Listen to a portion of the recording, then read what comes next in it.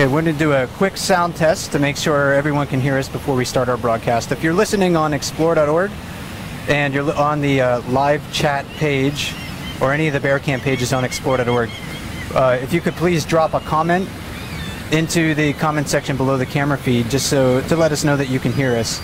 That would be wonderful, and then we can go ahead and get started. A lot of southern adults out there tonight.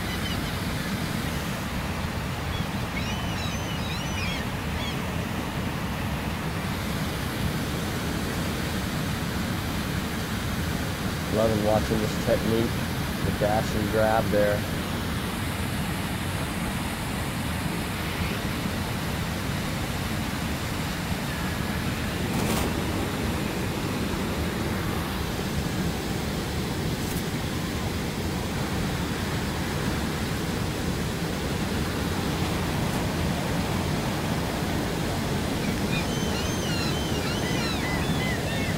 I think I see 89.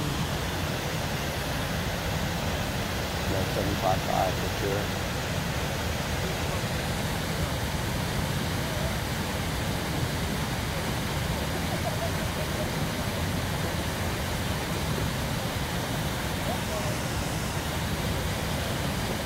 So many little ones here right now.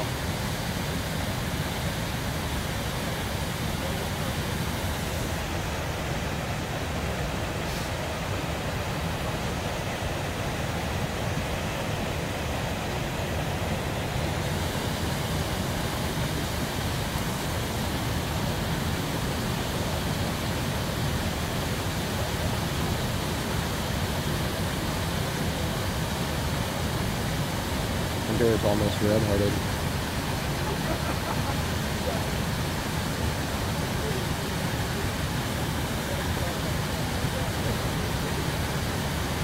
Blonde ears.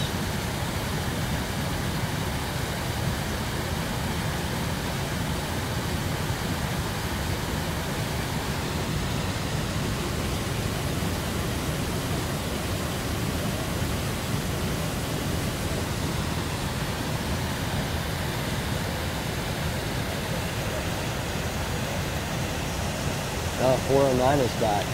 First time I've seen her this evening.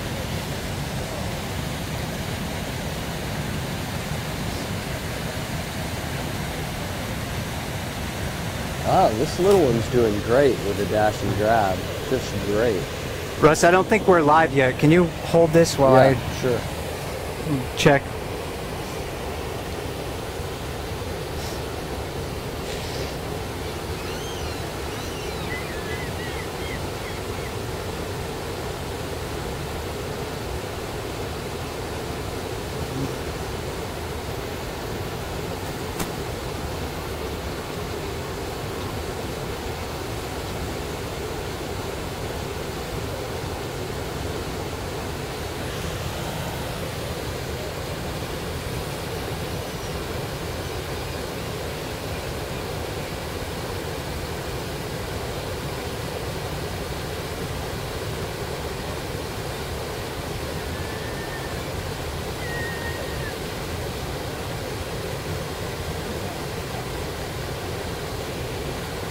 This one they call 409 bead nose. She emancipated 2 cubs this spring.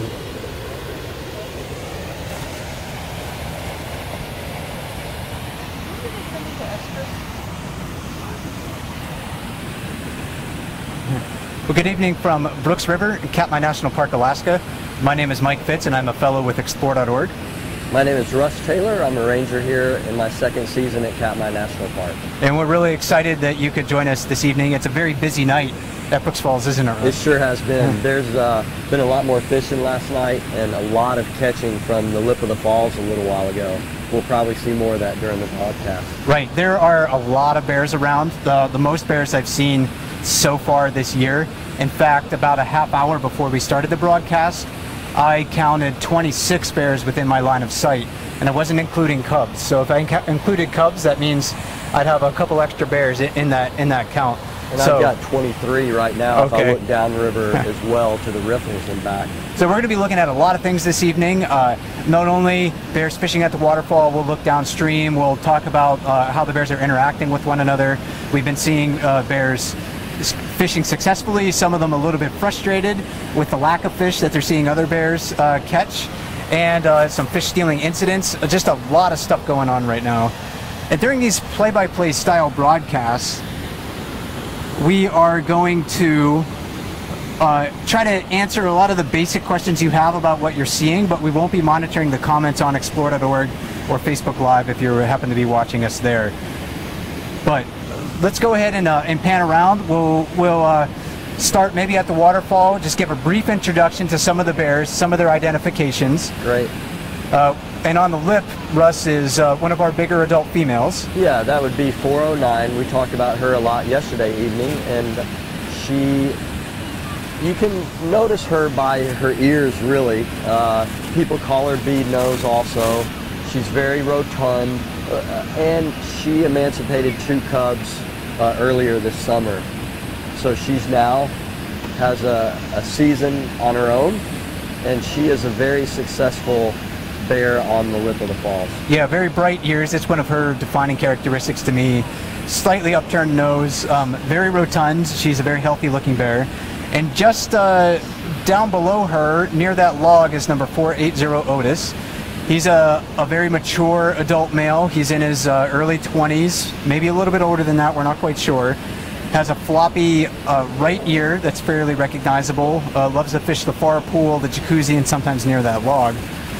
And then in the jacuzzi right next to him is one of the big boys, yes. 747, one of the biggest bears in the area, one of the more dominant males.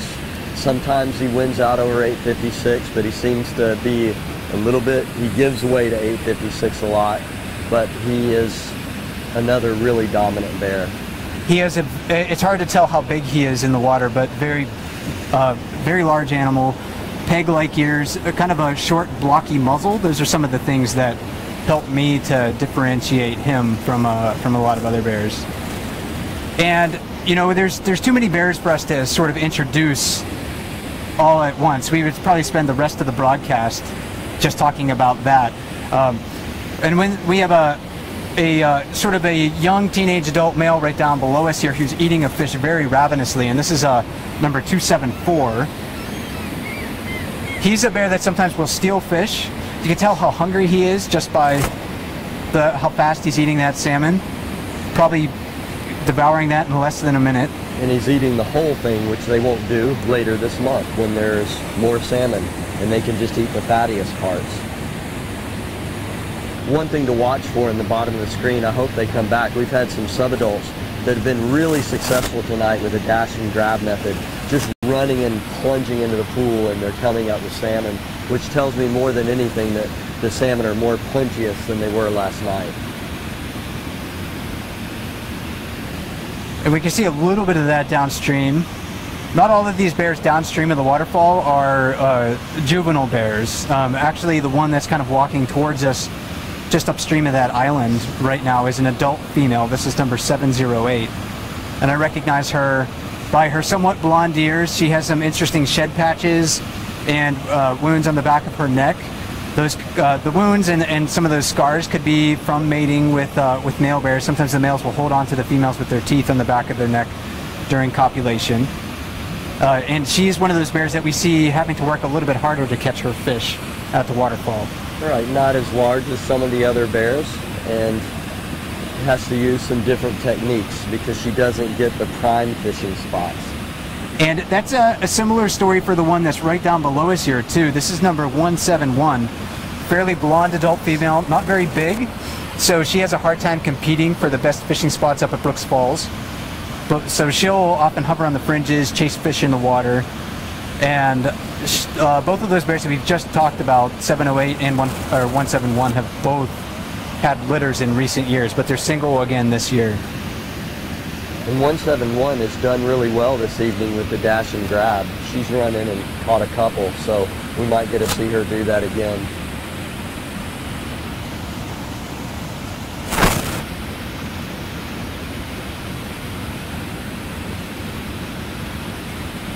And in the far pool, as we kind of scan over there, several adult males. Some of them are maturing adult males or mature adult males.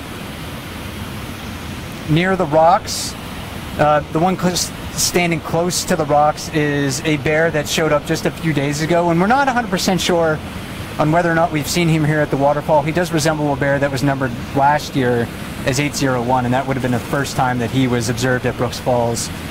The one downstream of him with really wide set ears is number 151, and he's in his approaching his early teens right now. And it seems to be a pretty popular bear with people, in part because for whatever reason he seems to have a fairly pleasant disposition. And there were some of the female bears who were, even 128 climbed a tree to avoid 856. She avoided 747, but then she allowed 151 to approach her, which was interesting. It's like she was making the decision to mate with that bear. And each one of these bears have individual tolerances for one another. They know each other, they can remember each other from day to day, and of course season to season. So it's worthwhile to remember who's who, because if there's a more aggressive bear coming towards you, you're going to want to probably avoid them before they get too close.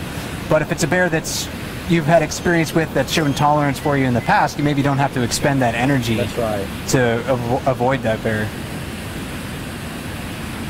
And on the far side over here, this is kind of an interesting little dynamic. It looks like 503 is eating a fish. There's a blonde bear near him that looks like maybe one of his sister from a couple years ago. He sure is allowing her to be very close. And I'm not sure if that's her sister 719, but he just gave that fish to her. Yeah, he didn't eat that whole fish, and she was in the right position to take it. So whether or not there was a familial relationship between those two bears, again, it does look like 719 eating that fish, but I'm not 100% sure. But 503 is one of those bears that's fairly tolerant at the moment of a lot of bears approaching him. So he maybe is full tonight. Maybe he's been catching a lot of fish, and is showing, hey, maybe I just don't want to defend that one too much. It's easier for me just to kind of let it go because I've been catching a lot. And in fact, he just caught another one in the far pool over there. So let's see what he does with this one. Zoom into him. There's another bear approaching him actually at the moment. Sorry for my shaky camera work there. I'll try to hold it as steady as I can. That bear's backed off a little bit. It is interesting that so many bears are approaching him, and he's been giving some scraps away. We have another one coming up on the lip of the falls right above him. Yeah, there's another bear right there. It looks like that one's maybe heading up into the forest. But that other one's getting closer and closer. Maybe just trying to get in the right position to perhaps to steal, but maybe more likely just to pick up scraps. Right. Bears will sometimes try to beg. I think a lot of times they're just trying to, they almost like they want to steal the fish, but they're just not assertive enough to do it. And yeah, he just dropped the rest of that fish, and that bear was in the right position to take it. So he allows those other bears to approach him fairly closely at the moment, and they can pick up those scraps. That's really interesting that he is doing that. He's really helping out some of the subadults.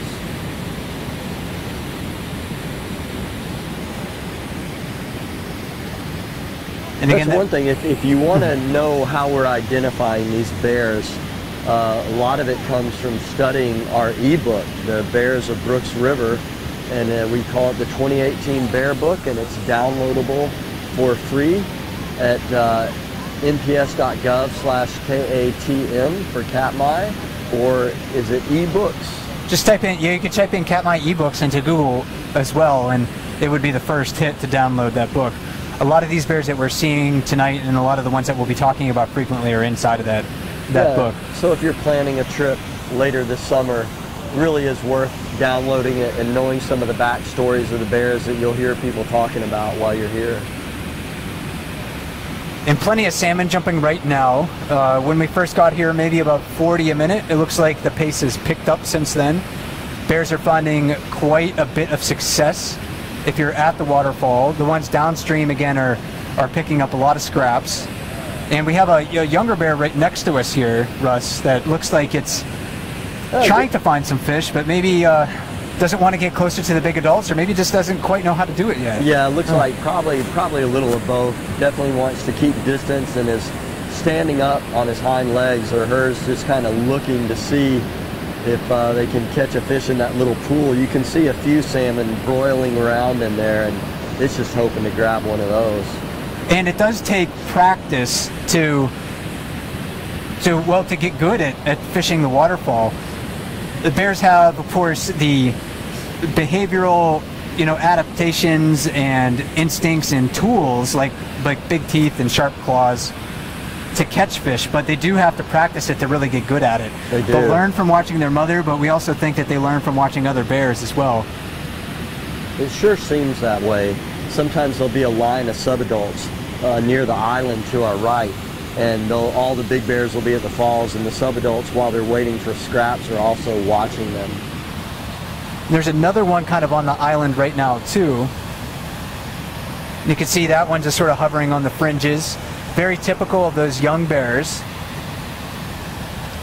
looking for scraps, and one of them that they might be looking for is, you can see a really big bear out of the water. We mentioned him before, number 480 Otis.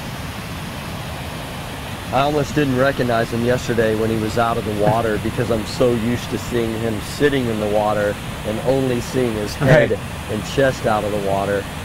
And he's already gained some weight this summer. Absolutely. So he looks like he's well on his way to trying to repeat the fat bear competition in the fall. Every fall we have photos of the bear from this time of year, early in the summer or even earlier, and then we have another picture in the fall, and we'll compare and kind of do a bracket, like an NCAA bracket, where we'll do a competition for the fattest bear of the year. It's a very popular event here at Katmai.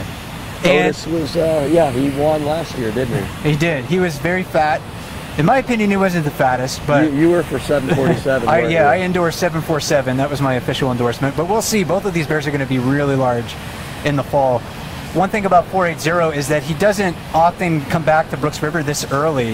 There have been years where he hasn't shown up until July 10th. So he came a little earlier this year and is getting a head start on packing on those calories for winter hibernation. And as you can see, he's doing a good job at it. Very fat for this time of the year. Sure. A couple of the subadults on the far side were moving away. Even the subadults will be establishing a pecking order amongst themselves. We talked a little bit this morning about the male bears and then the mom with cubs sort of being at the top of the pecking order, then the other females, and then subadults. And the subadults, though, are still feeling each other out. You can tell they're still trying to determine who ranks where. Right there, and there's 3 or 4 of them over there. There's one of them in there that might be, kind of a young adult. Actually, a couple of them. Young adults and sometimes older subadult bears, when they get to that 4.5, 5.5 years of age, it can be difficult to maybe differentiate whether they're an adult or Sure. a young adult. So sometimes we can only estimate how old some of them are. But again, all 3 of those and 4 of those were really looking for any leftover scraps, and you can still see them sort of scanning the water to pick up anything that was left behind. And we'll pan back to 503 on that far side because he's caught another fish. He seems to be doing very well for himself tonight. And there's an older, slightly larger adult male standing just downstream of him on that far wall. And again, maybe he'll try to pick up one of those leftover carcasses that 503 leaves. We've got this little one just caught another one. Yeah, and unfortunately she's moving out of camera view too quickly for me to get to her. But one of those young females that we had mentioned before just dashed in the water, grabbed the fish, and then ran out of the river, probably to eat her fish in an area where she's maybe less subject to a bear coming and stealing her salmon. You can see 503 on the far side taking his time. Now maybe going back to fishing. And 151 there, again, just standing right downstream of him, picked up that fish very easily. We're looking at 755 or 89 out here in the middle in the current. Oh, that is number 755. That's 755. Yeah, well, we haven't talked about him yet, so maybe we'll pan down to him. Well, I've seen him in that position most evenings that I've been up here. That seems to be his spot this year. So sometimes you can identify a bear by characteristics we talked about, their ears, the shape of their snout, things of that nature. Sometimes you can identify a bear by behavior. Popeye eating, bear 634 eating a fish, almost always trapped against his forearm. 755, just being in that position gives you a pretty clue that that may be who it is. And when in doubt, we consult the bear book. Right, exactly. There's a lot of instances where we're like, I don't know who that is, and we just sit back and we observe and try to learn about some of the stories that the bear can tell us, even if we don't have any real hard data on it. Each one of them, whether they're an adult male, an adult female, or a younger bear, can tell us a lot about the bear's world. Maybe some of the hardships that they've faced, or some of the skills that they have to make a living. I think what's going to be an interesting story to watch over the years is we have such a high number of subadults, bears that were emancipated last year, that it's almost like a baby boomer generation. You're going to have a whole generation of bears that are competing with each other for the same resources, high numbers of them, and that'll be interesting to watch. And I see you, Mike, kind of looking downriver, and you see bear 435 and her 2 yearling cubs coming up. So if a bear is in its first summer, we're going to call that bear a spring cub. Some people will call it a cub of the year. You'll hear us use both those terms for a brand new cub. Hollies are yearlings, so they're in their second summer. And interesting that she has one dark and one light one. Most bears will emancipate them at the beginning of the next season, although some bears have kept their cubs for a 3rd year.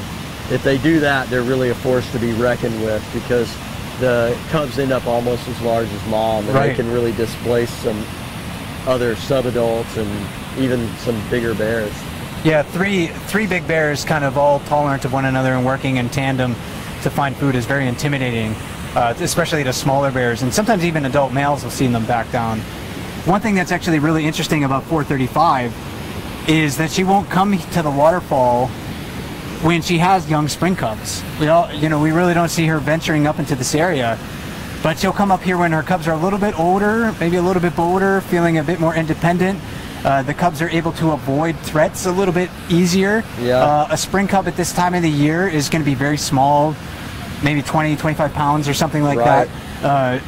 And we did have a spring cub that was killed here just about a week ago. Yeah, so not too long ago. And that's maybe one reason why a lot of mothers with cubs will avoid the waterfall. But we can see this evening that 435, and she's moving back downriver, is maybe willing to take a little bit of an extra risk right now because her cubs are just a little bit older. Yeah, you do get a little bit concerned for them, just because there are so many other bears wandering around through here right now. And the cubs definitely look a little bit wary. They're sticking closer to mom. Sometimes on the lower river, she'll leave them on the beach and she'll go way out into the mouth of the river, the fish leaving them behind. But tonight, they're sticking pretty close to her. And that's, as they move out of our line of sight, yeah, that's something to, when you're watching mothers and cubs, if you want to understand sort of the stress that the cubs are under, just look at mom. If mom is stressed, the cubs are stressed. If mom is feeling relaxed, the cubs are relaxed. And down at the mouth of the river, where if you're watching one of the lower river cameras, it's a lot, bears have more space, the food resources are more dispersed, there's less competition for salmon, so the threat level is a bit lower down there, and we can see a lot more playful behavior from younger bears, and also sometimes nursing. There was nursing caught on the cam, I think, just a few, maybe yesterday. Okay, good. I didn't catch that. Yeah, with 451 nursing her cubs in an area where she had a really good line of sight, and didn't have to really worry about other bears sneaking up on her. Oh, that's great. People could see that.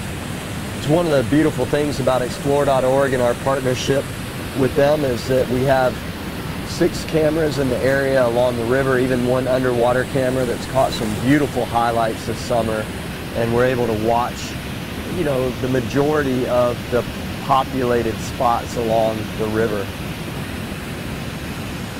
And just a moment ago, there were 2 bears sort of on the lip of the waterfall. Number 409, you can see standing there looking for the fish, just waiting for the fish to jump to her. Somebody's vocalizing on the side. Yeah, that's why on the far side over there, 2 bears in a dispute over some salmon. And I wanted to talk about that other bear that was approaching her on the lip, and that one's actually right down below her. That's number 274. Very wide set ears, fairly narrow muzzle, not a very large adult male. He's in his, again, he was born in 2007, so he's about 11 and a half right now. But I was wondering if he was really going to try to steal that fish from 409. He was inching closer and closer, and then she dropped it over the waterfall. Now he's kind of searching for it. He saw it fall in there. He knows it's in there, probably injured somewhere or maimed, but he can't quite locate it. Yeah, and sometimes we feel bad when we see a bear lose a fish, but those fish usually, being wounded, end up feeding some of these younger ones who get some easy pickings. As a matter of fact, well, that may have been a different one, but that another piece just got picked up by a subadult. And it looks like one bear is approaching another bear that has a fish. Again, the bear on the island is eating a fish. And I was kind of wondering if that other bear is going to get close enough to try to take it. I think we've seen perhaps this bear try it a couple times, but right now looks like it decided I'm just going to kind of hover on the fringe here. And some of the webcam viewers probably saw the fight that was right below us earlier. 2 bears were fighting over a fish, and you know, a lot of growling. I'm sure the microphone must have picked that up. We could actually feel it. Yeah. They were so close to us. We're standing only about 10 feet above them, and they were roaring at one another, and we could sort of feel it through our feet. Really low, guttural, loud roar. Yes. When that really meant that they were, you know, they meant business. It was a serious situation for them. They were both very hungry. The one that was trying to steal was not successful, so the other bear was able to protect its fish. One of the features of 409, handing back to the lip, she's not doing it a lot tonight, but she's really known to lift one paw off the ground and hold it out while she's fishing. And of course, now that you pan there, she's not doing it. I just saw one salmon successful, swam right by her. And some of the people that are here on the viewing platform, there went another one, that are watching the bears. Some of them end up kind of pulling for the salmon a little bit. We can't forget what an amazing journey that these salmon have coming back from the Bristol Bay, not eating anything once they leave the ocean, traveling 60 miles up the Naknek River, back to their natal stream. About 20% that come up the Naknek River end up in the Brooks River and are traveling over this waterfall. Some of them spawn on the tributaries of Brooks Lake. So they're making a further journey. So that's what we're watching these fish do, is make this really one of the Earth's greatest journeys of any animal on the planet. These fish have a fascinating, fascinating life cycle. And of course, some of them, it's going to end right here in the jaws of a bear. And this may be their last major obstacle to surmount before they reach their spawning site. A lot of these fish, again, will go into Lake Brooks and the tributaries off of Lake Brooks. Some of them will just go upriver and they'll spawn in the Upper Brooks River, but most of them are going to pass on through. So this is their last major obstacle, and it is very amazing to think about their endurance, the risk that they're facing each and every day of their lives. I mean, they're such an important food resource for nearly all, critters that can digest them, not only in the ocean, but of course here in the ecosystem. Well, and first of all, they have to escape all of the commercial fishermen who are catching them. That's one of the big obstacles. And then up here, brown bears, of course. They're probably their most important food source as far as calories go during the course of the year. And that was a young bear that was diving into the water and catching some fish. Did you identify this one again that's diving right here? Yeah, I think this was number 171. We talked about her a little bit before. Again, a small female, very blonde. She has a fairly prominent brow ridge. That helps me to recognize her. Great, that's a good distinctive characteristic. Almost like if you look at an eagle and you say, people are like, you know, look at how proud the eagle looks with that sort of eye line that it has. She kind of reminds me of having a similar shape. And I love watching her fish tonight. She is just jumping in after the fish. Perhaps she's going to stun one just long enough to be able to grab it. And even though she's taking a little bit of time now, she's been very successful tonight doing sort of a dash and grab technique, which I think you and Ranger Andrew will talk about a lot more tomorrow in a live chat. Yes, and she's also having to work a lot harder than the other bears. You know, sitting at the waterfall, standing at the waterfall doesn't take a whole lot of energy. Jumping through the water like this definitely does. You know, you say that, and I can even see her breathing much harder than a lot of the other bears. You're right. You can tell that she's working hard.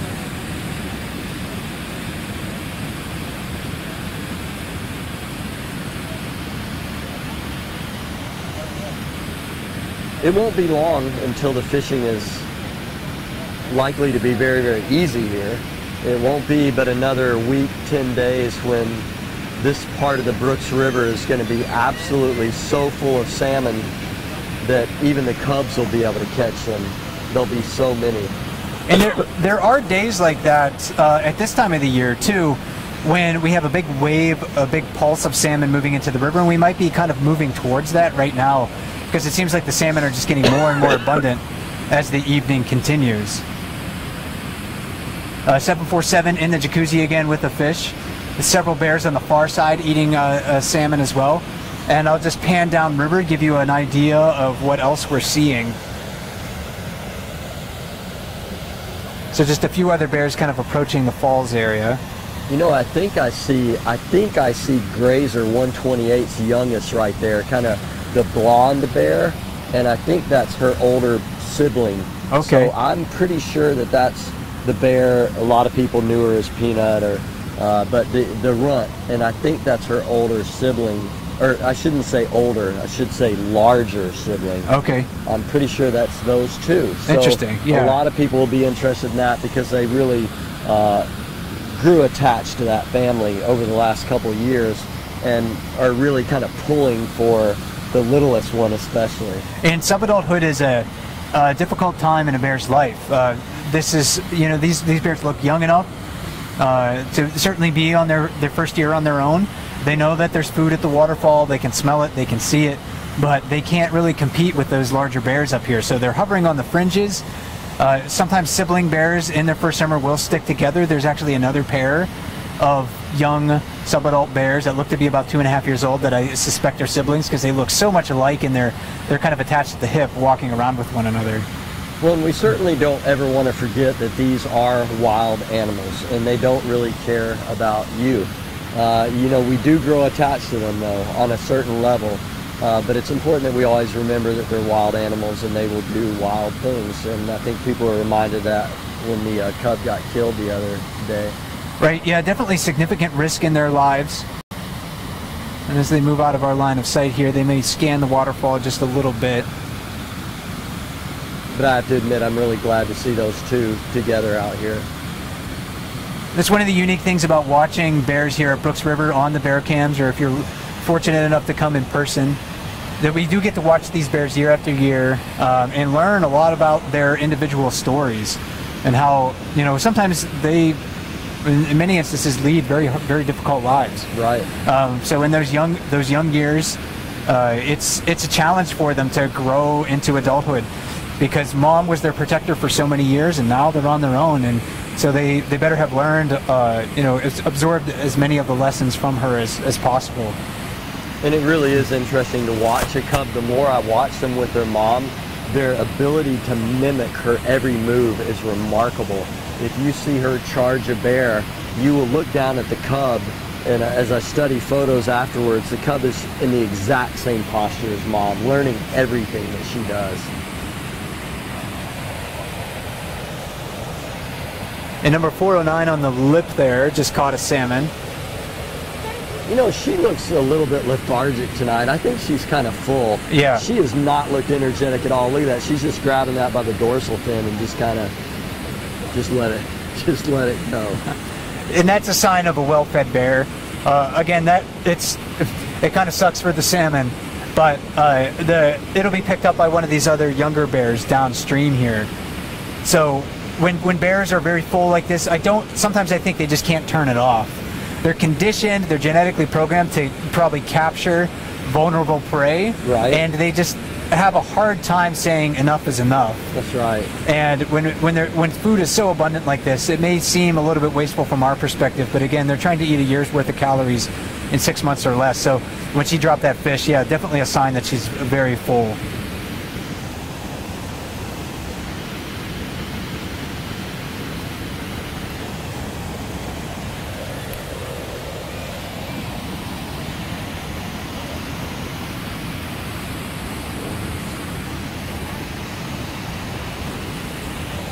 I do like that you gave that tip on 171 and the brow line, because that really is recognizable. So that'll help in identification for sure. Yeah, fairly small female, and again, 171's the one closest to us. She's at bottom left corner of your view right now. Here she goes. Yep, just pouncing in the water there again, hoping that she'll land on a salmon, trap it against the bottom with her paws. And another one just near her that looks like another young adult female. I think we haven't really introduced this one to our audience this evening. This is another female that had cubs last year. This is number 284. Yeah, people are really interested in her too. Oh, it looks like she picked up the same one that 409 let go of. Right, so being opportunistic is a trademark of bears, and she was just in the right place at the right time. Now, how's that for salmon identification? And we'll take a look at her for just a moment and see if she eats the whole thing. I suspect that she probably will. Unlike 409, I don't think she's had as many fish this evening. Believe it or not, the bears do have, limited capacity in their stomach, but they will eat incredible amounts of fish. Many tens of pounds per evening if they can get a hold of them. And as she walks out of our line of sight, we'll pan back to the river. There's a couple other bears that are eating fish there. Who's the one eating fish right here? The one, that's in our line of sight right now is number 274. Again, a young adult male, born in 2007. Wide set ears, fairly narrow muzzle.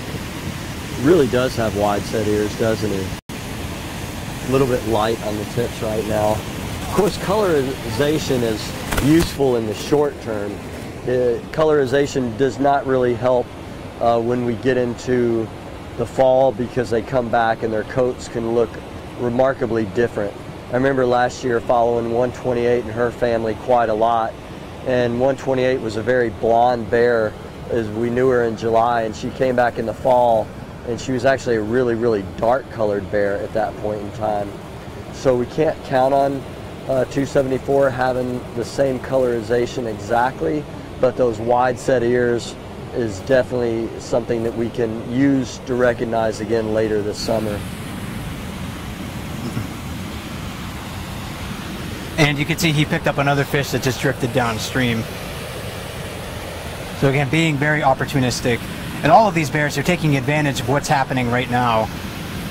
Just a lot of fish jumping per minute. I haven't been able to count during the broadcast, but it seems like it's pretty easy to see maybe 100 fish jumping a minute. And 634 Popeye is doing what we talked about. Maybe hard to see on the camera from a wide angle, but he's had the fish trapped against his forepaw, and you can kind of see that, and just how he tends to eat fish. So it helps you recognize his. Oh wait, that's not him actually. Another bear doing the same thing. Yeah, so he was a good lesson. So yeah, you kind of have to use a variety of identification bits to tell them apart sometimes, because he was eating just like Popeye.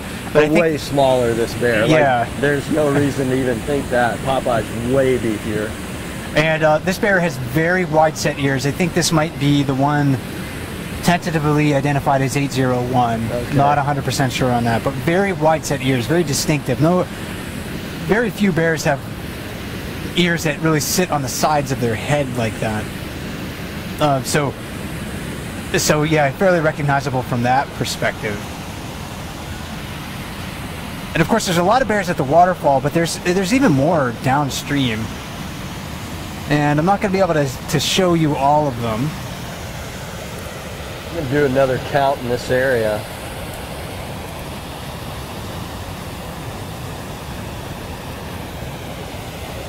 But a lot of, yeah, running through the water, looking for salmon. They'll see salmon start to boil down there. Maybe they'll just catch a flash of silver in the water.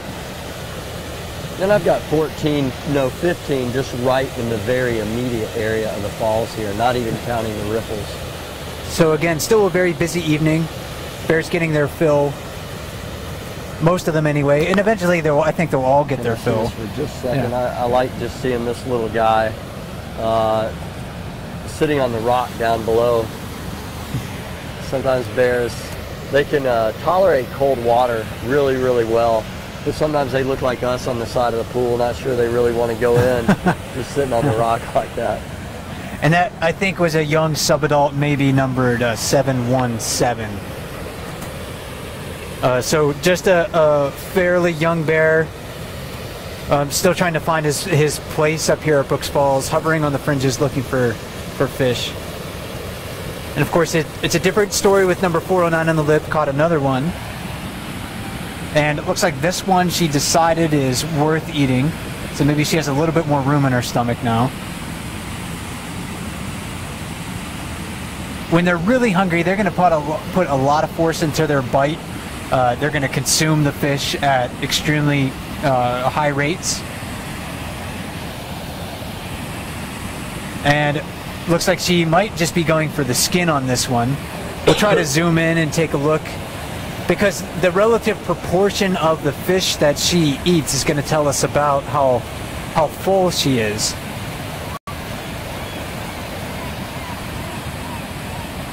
And how many salmon, yeah, she's been eating. If salmon are plenteous and they're getting a lot of food, they're going to tend to eat the brain, the skin. They'll eat roe if it's there, but they'll eat the fattiest parts of the fish only and maximize the number of calories that they can get in.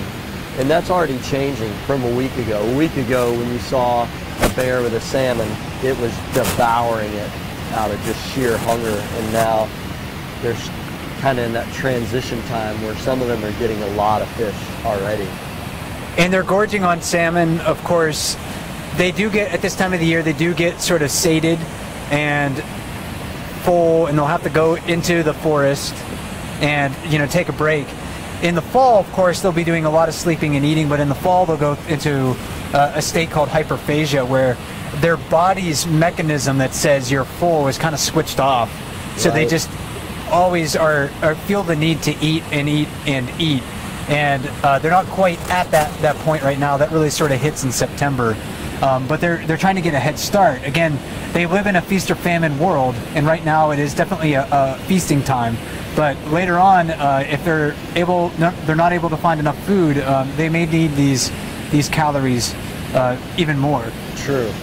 And last year was a very strong salmon run, not only of the red salmon or the sockeye, but also the silver salmon.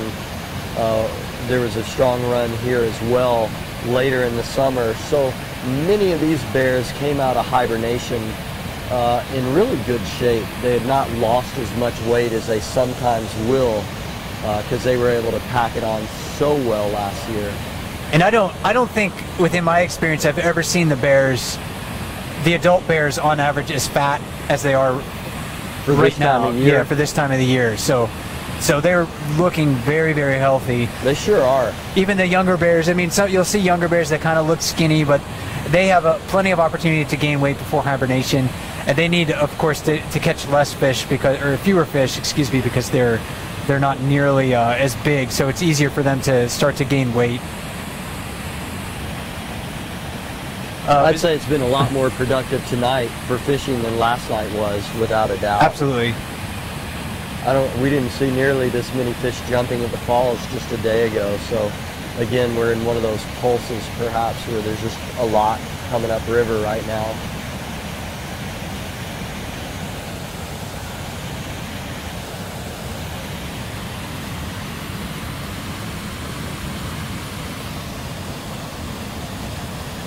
And downstream, 1, 2, 3, 4, 5, 6, 7, 8 bears from the island downstream.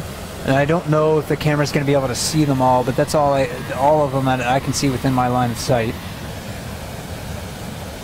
It's a lot of bears. And Brooks Falls, again, is such an important place for bears to fish at this time of the year because it's really the first place where salmon are accessible to bears.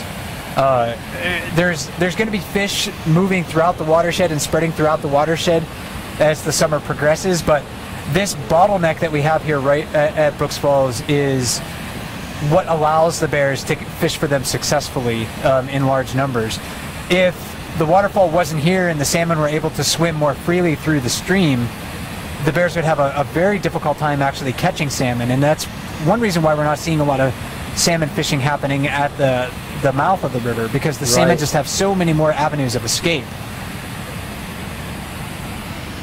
We've got grazers too, who are looking for scraps right below us.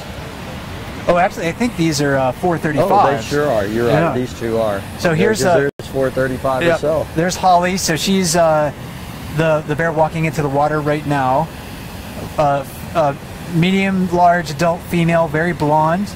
Has dark eye rings, very blonde ears. Even in the fall, she'll be relatively blonde. And we got a glimpse of a couple of her cubs. One matching her color, the other one very dark. You know, and she's around the Brooks Camp area quite a lot, so people are likely to see this bear probably as much as any other this summer. Yeah, and here come her two cubs following her. It's interesting to see that the cubs have almost the exact same shed pattern, just their coat colors are different, but you can see they both have like a shaggier mane around them. Their facial structures are similar.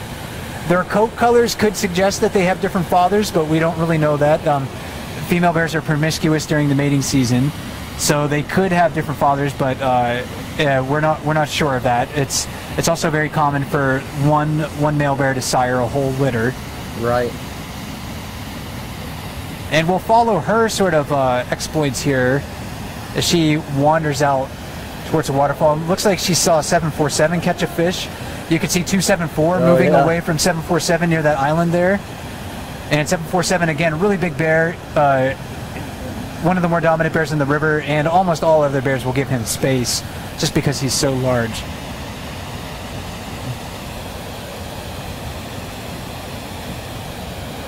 You can see 435 and her cubs, her yearlings, scanning the water frequently, trying to find any salmon as they maybe float by or swim by. They might try to chase them. 171 just got one little scrap in the right corner of your screen. Right, that was one that drifted by the family, and he was able to pick that up. A very opportunistic find for that little one. Each one of these salmon at this time of the year, 4,500 calories or thereabouts. So if a bear's eating a whole fish, then they can easily gain a considerable amount of energy just in one salmon. And then if you're like 747 and you're able to catch a few dozen per day, then you can have easily 100,000 calorie day. We've counted him doing that. Sometimes people ask if we can identify the bears, if there's any like lip tattoo or any collaring, and the answer is no. All of this identification comes, especially Mike, someone with your experience, just long-term observation, learning what to look for. But of course, I know even someone with your experience studies that bear book from time to time. I do. I use that very heavily. And very, very useful tool. And again, a lot of bears downstream, again, picking up those scraps.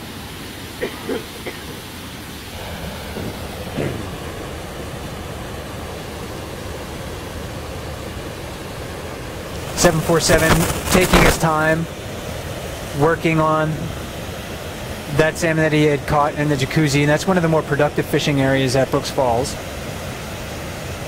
I'll tell you, 409 really does just look lethargic to me tonight. Like you said, maybe just fishing out of habit more than need at the moment. It's getting quiet, and not totally. There's still a lot of bears around, but quiet comparatively to an hour or so ago. And we've seen, you know, during the broadcast, fewer and fewer adult males and adult females up here at the falls. I think that's because they're getting their fill, and they're deciding, hey, I can go sleep it off for now. And that's going to probably open up some opportunities for these younger bears to catch some more salmon. And 409 just got another one. And downriver, I just saw another younger bear pick up a wounded salmon very easily. So that's a fortuitous find. I think that may have been 171 again, but I'm not sure. There's even a scrap of salmon on the island that the gulls are picking at. So when you happen to see that laying around, it'll probably be scavenged by a bear here fairly quickly. But and yet it tells you a bit about the cycle of life here, and the gulls are getting fed from the salmon and the bears. And indeed, you're right, that bear came over and just went ahead and took that fish. But these gulls will take advantage of it. Eagles will take advantage of it. I've seen some magpies down below us picking at some scraps of salmon. So they really do assist the entire ecosystem with food. And most of these birds that we're seeing here, the gulls, really wouldn't be able to catch any salmon successfully for a long time. They'd really have to wait for the salmon to spawn and die. And the bears really are allowing them to gain an important amount of energy right now. That's right. They don't have the talons or the hooked bill that an eagle does, or an osprey, or even like a raven or a magpie. I mean, those bills are really kind of can break into some pretty hardy flesh. But the gulls have to work at it a little bit harder. When the bears open up a salmon and leave it behind, it's very easy for them to scavenge that, and it's an important part of their diet. Yeah, and they have their own. You watch the gulls. I mean, they have their own competition and fighting over the scraps. They have their own pecking order. I don't know that I want to get into identifying gulls. That might be a complex process. I think if we could, it would be almost as fascinating as the bears. I think you're right. But they are very, very similar in appearance. So if you think you have a hard time telling bears apart, you should try it with the salmon, and then you should also try it with the gulls.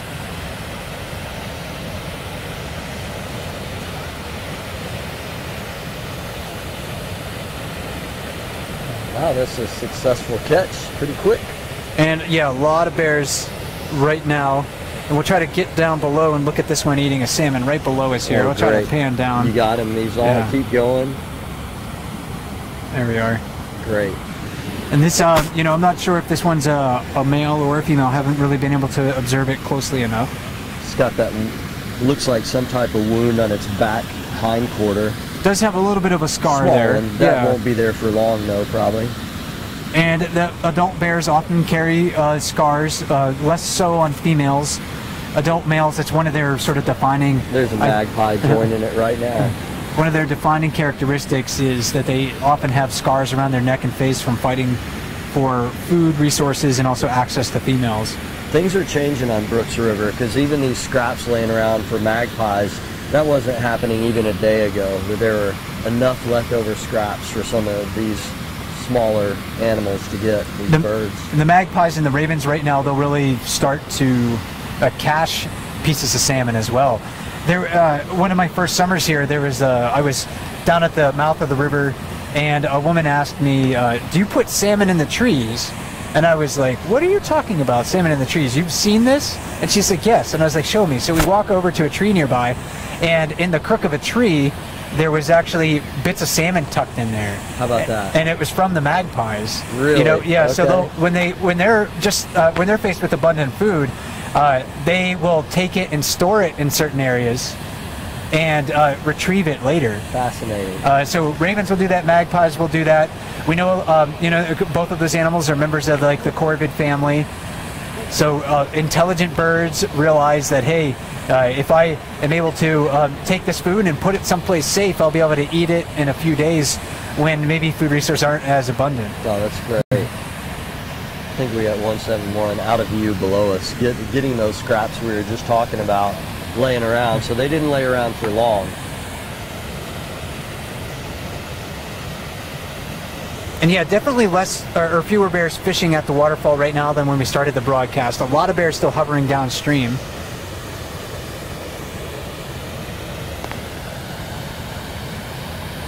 You can see almost all of these bears are either young adults or young adult females, or maybe those sub-adult bears. Just all looking for leftover salmon, maybe trying their skill, testing their skill, charging through the water. But I'll tell you what, not a one of them looks in bad shape. They all look pretty darn healthy for this time of year. Even the little ones that you think are struggling, most all of them have some good weight on their sides. They're all getting pot-bellied. Yeah, they are. They're all definitely getting pot-bellied, so they're getting their fill. Which is really healthy for a bear as opposed to a human. So they're able to take in all this fat and burn it in very different ways than we do, and extract proteins in their den that we could not do with our bodies. So scientists even study these animals, trying to figure out how they accomplish that. And obesity is not a health issue in brown bears. In fact, they need that to survive. So if we do call a bear obese, it's not in a negative way. It's definitely a positive thing for these animals. Absolutely. They even have really high cholesterol, things of that nature that benefit them.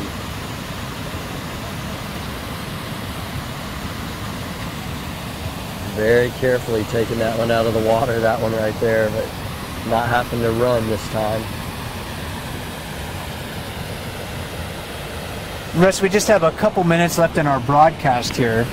One of the things that's stood out to me is how the waterfall has sort of shifted from a place at the beginning of our hour that was occupied primarily by adult bears. Right. And we're seeing still a few adult bears at the waterfall, but right now really the only two mature adult bears are within our frame right now.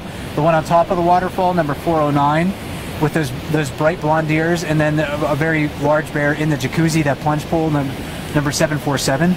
The rest of these are either smaller adults, maybe young females, young adult males, and sub-adult bears. So we're really seeing that the older bears got their fill quite quickly, and now it seems like it's those younger bears and smaller bears, it's their turn.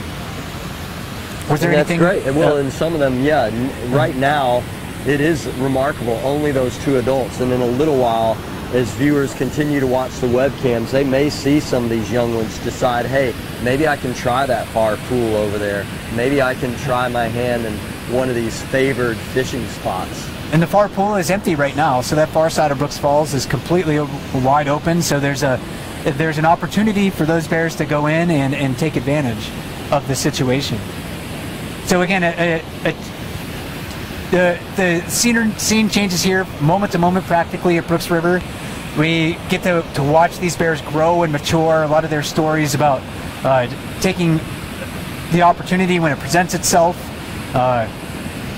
satisfying their really profound hunger. I think they experience hunger in a much different way than humans do.